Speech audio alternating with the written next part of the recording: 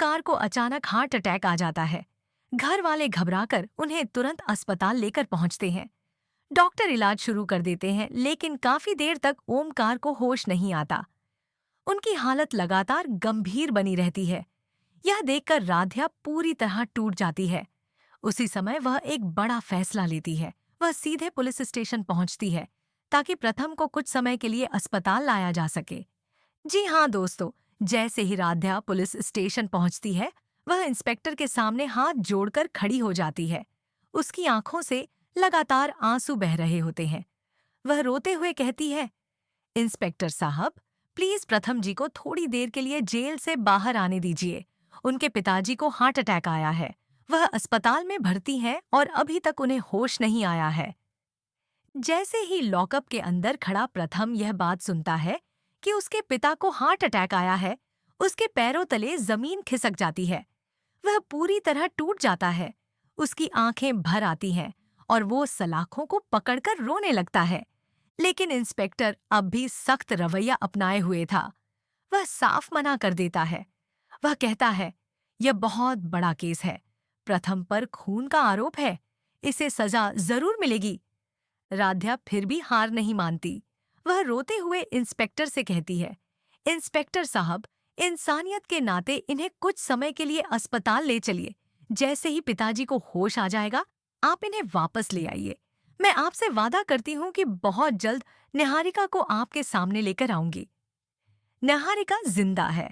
अभी किसी को हमारी बातों पर भरोसा नहीं हो रहा, लेकिन हमारे पास सच है।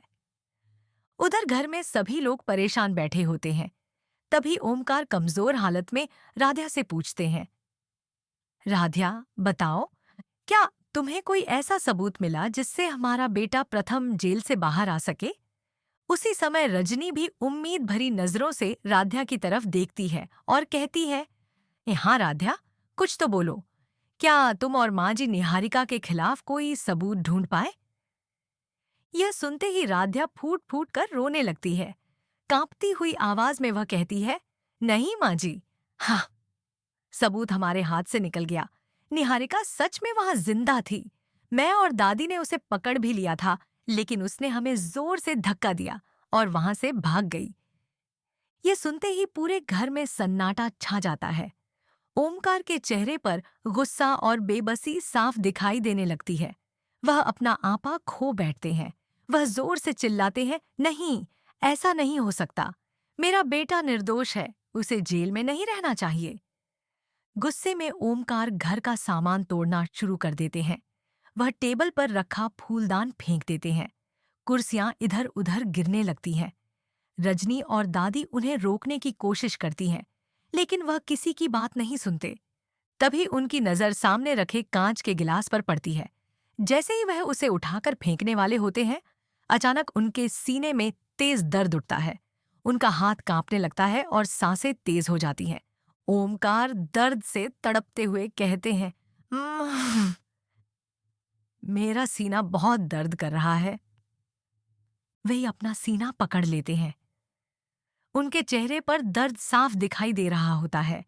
राध्या घबराकर पूछती है, पिताजी, आपको क्या हुआ? ओमकार टूटे हुए शब्दों में कहते हैं, मैं मैं अपने बेटे प्रथम को जेल से बाहर नहीं निकाल पा रहा हूं। एक बाप होकर भी मैं कुछ नहीं कर पा रहा। इतना कहते ही ओमकार अचानक जमीन पर गिर पड़ते हैं। पूरे घर में हड़कंप मच जाता है। रजनी जोर जोर से रोने लगती है। दादी भगवान का नाम जपने लगती है। राध्या तुरंत एम्बुलेंस को फोन करती है। कुछ ही देर में ओमकार को अस्पताल ले जाया जाता है। डॉक्टर तुरंत उनका इलाज शुरू कर देते हैं। अस्पताल के बाहर पूरा परिवार डरा और परेशान खड़ा रहता है। कुछ देर बाद डॉक्टर बाहर आते हैं और गंभीर आवाज में कहते हैं, इन्हें हार्ट अटैक आया है। इनकी हालत बहुत नाजुक है। अगले कुछ घंटे बेहद महत्वपूर्ण है। यह सुनते ही रजनी की आंखों के आगे अंधेरा छा जाता है। वह रोते हुए भगवान से प्रार्थना करने लगती है। लेकिन राध्या के मन में सिर्फ एक ही बात चल रही होती है, अगर प्रथम यहाँ होते तो शायद पिताजी को हिम्मत मिल जाती। यही सोचकर राध्या तुरंत पुलिस स्टेशन पहुंचती है। वह इंस्पेक्टर से बार बार विनती करती है, प्लीज इंस्पेक्टर साहब, मेरे पति प्रथम जी को कुछ समय के लिए छोड़ दीजिए।